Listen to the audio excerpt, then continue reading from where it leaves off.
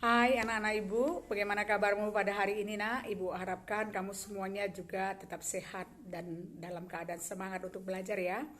Pada pagi hari ini kita akan mempelajari tentang berbagai akibat ketimpangan sosial dalam masyarakat yang ibu ambil judul dengan dampak ketimpangan sosial dalam masyarakat. Ya, kita akan lihat berbagai akibat dulu. Ya, jadi di dalam ketimpangan sosial itu, masalah ketimpangan sosial di dalam masyarakat itu, dia memiliki enam apa ya, ke suatu kegiatan yang ada di dalam masyarakat akibat ketimpangan. Yang pertama adalah stratifikasi sosial. Begitu ketiga tinggal dua adalah sikap produksi dan diskriminasi. Lalu disambung lagi dengan kecemburuan sosial. Ada lagi di sana nanti kita akan melihat monopoli dan kita melihat juga di sana tentang konflik sosial. Ya, baik anak-anak ibu, kita akan membahas satu-satu seperti apa dia itu yang disebut dengan stratifikasi. Ya, kalau kamu tentunya sudah tahu kalau stratifikasi itu adalah suatu ya yang gini. Dia apa itu? Suatu stratifikasi adalah kedudukan atau suatu tinggi rendahnya perbedaan manusia atau kelompok berdasarkan tinggi rendahnya kekayaannya, kedudukannya, kan begitu. Jadi kita lihat di sana pelapisan yang diakibatkan oleh ketimpangan sosial itu terjadi pelapisan secara sosial, di mana di sana setiap orang yang ada di dalam masyarakat itu memiliki status yang berbeda-beda. Ya, dia bersikap tertutup. Jadi orang kaya tetap jadi orang kaya dan si bentuknya seperti kerucut, maka orang-orang yang memiliki kekayaan dia lebih sedikit jumlahnya daripada orang-orang biasa. Ya, kamu lihat di sebelah itu nak, berdasarkan kepemilikan harta masyarakat itu dibagi atas 3 kelas. Kelas atas, kelas menengah, dan kelas bawah. Kalau yang gambar yang sebelah itu adalah tentang stratifikasi sosial yang ada di kelompok masyarakat tertutup, yaitu khususnya yang memiliki kasta. Ya, kita melihat apa itu yang dimaksud dengan diskriminasi. Ya, kita masuk kepada diskriminasi. Apa itu ya? Sudah kamu lihat di situ nak? Ya, diskriminasi itu adalah perbedaan individu yang satu dengan yang lain. Ada diskriminasi suku, dikelompokkan, ada diskriminasi gender, ada diskriminasi pendidikan. Faktor yang terjadi dengan diskriminasi adalah satu adanya persaingan yang semakin ketat di dalam berbagai kehidupan, adanya tekanan dan intimidasi yang dilakukan oleh kelompok dominan terhadap kelompok yang lebih lemah. Ketidakberdayaan golongan miskin dengan diintimidasi membuat terpengaruhnya dan menjadi korban dari diskriminasi. Ya, kita lihat ini dia. Ada di situ diskriminasi suku, ada yang membuat kalau kelas kulit putih itu jauh lebih tinggi statusnya daripada kulit hitam. Yang di tengah itu ada diskriminasi di dalam pekerjaan. Ini adalah diskriminasi tentang gender. Ya, kita lihat tadi satu lagi yaitu sikap prudens. Sikap prudens itu adalah suatu sikap di dalam masyarakat atau kelompok, itu adalah sikap prasangka. Kenapa dia prasangka? Dia itu tidak percaya dengan orang lain. Karena itu dia itu berbuat suatu keputusan yang sebelumnya belum mengetahui fakta yang relevan dari perilakunya. Jadi prasangka itu adalah perilaku yang negatif. Ya, kita lihat ke berikutnya adalah terjadinya kecemburuan sosial.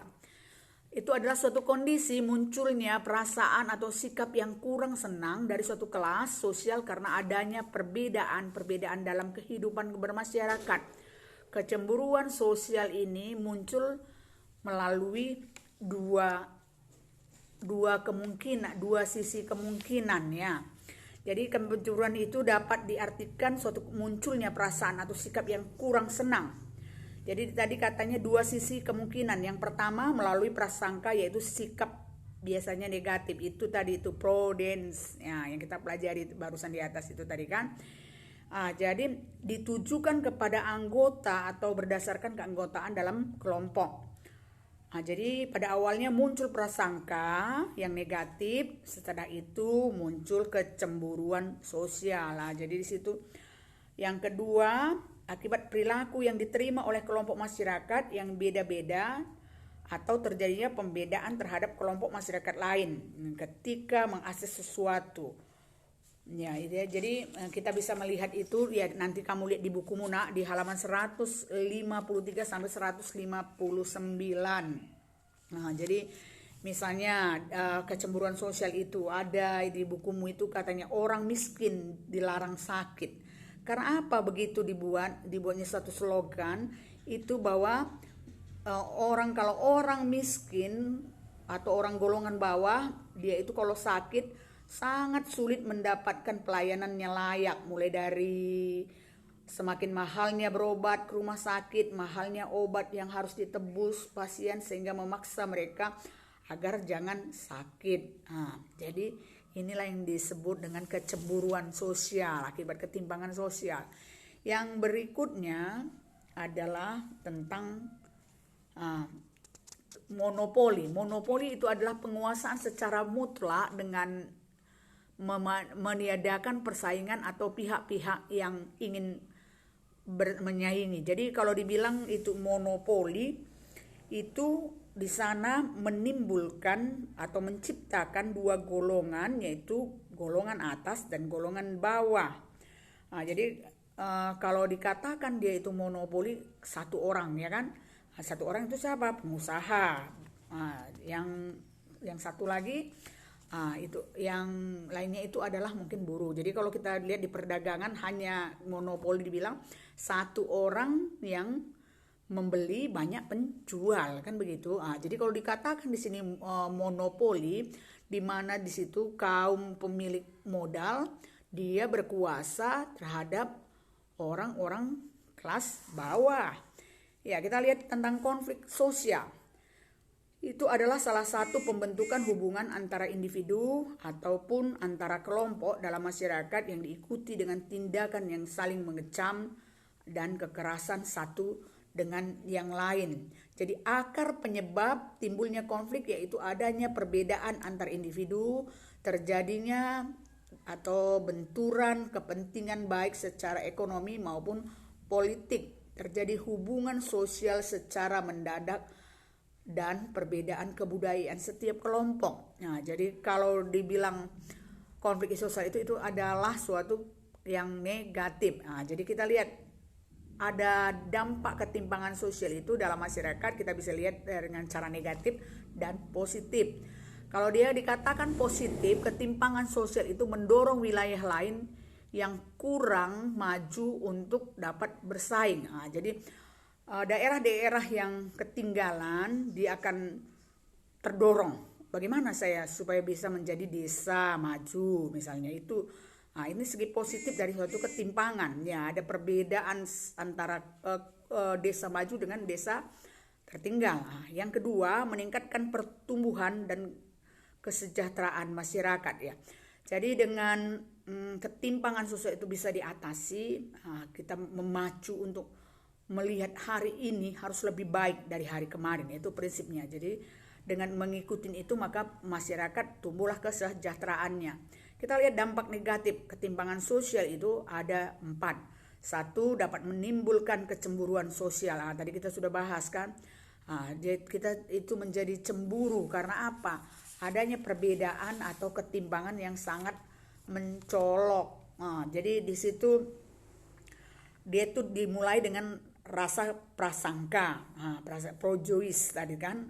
Akibat perlakuan itu maka masyarakat yang berbeda-beda terjadi pembentukan terhadap masyarakat yang lain. Yang kedua itu adanya perbatasan hubungan sosial karena kedudukan seseorang dalam masyarakat ya. Makanya dikatakan ketimpangan karena adanya di situ perbatasan antara orang kaya dengan orang miskin, antara pemilik pabrik dengan buruh. Jadi ada di satu pembatasan. Yang ketiga adalah melemahnya stabilitas sosial dan solidaritas. Ya, dengan banyak di sana itu nampak ketimpangan, misalnya antara pengusaha dengan buruh. Jadi kalau di sana itu timpangnya itu jauh sekali, maka terjadi stabilitas sosial. Karena apa? Buruh-buruh itu bisa berontak, dan rasa solidaritas. Ya, bagaimana dia menyolidaritas apa yang dibuat oleh pemilik pabrik atau pengusaha itu, mereka itu sudah nggak mau untuk menolong. Jadi sulit untuk saling mengerti, ya itu dia. Yang keempat, adanya ketidakadilan dalam masyarakat. Iya, kalau udah bilang timpang itu tidak akan ada antara, misalnya antara masyarakat kota dengan desa. Adanya ketimpangan, ya. Di desa begitu sulit untuk mendapatkan akses-akses yang diperlukan dalam kehidupan, sedangkan di kota itu semua lengkap, ya kan. Jadi di sana jadi adanya suatu ketimbangan dalam masyarakat. Baik anak-anak ibu, pada hari ini itu yang ibu sampaikan. Ibu harapkan kamu membaca buku Paket Muda dan mengerjakan kuis. Oke, selamat pagi.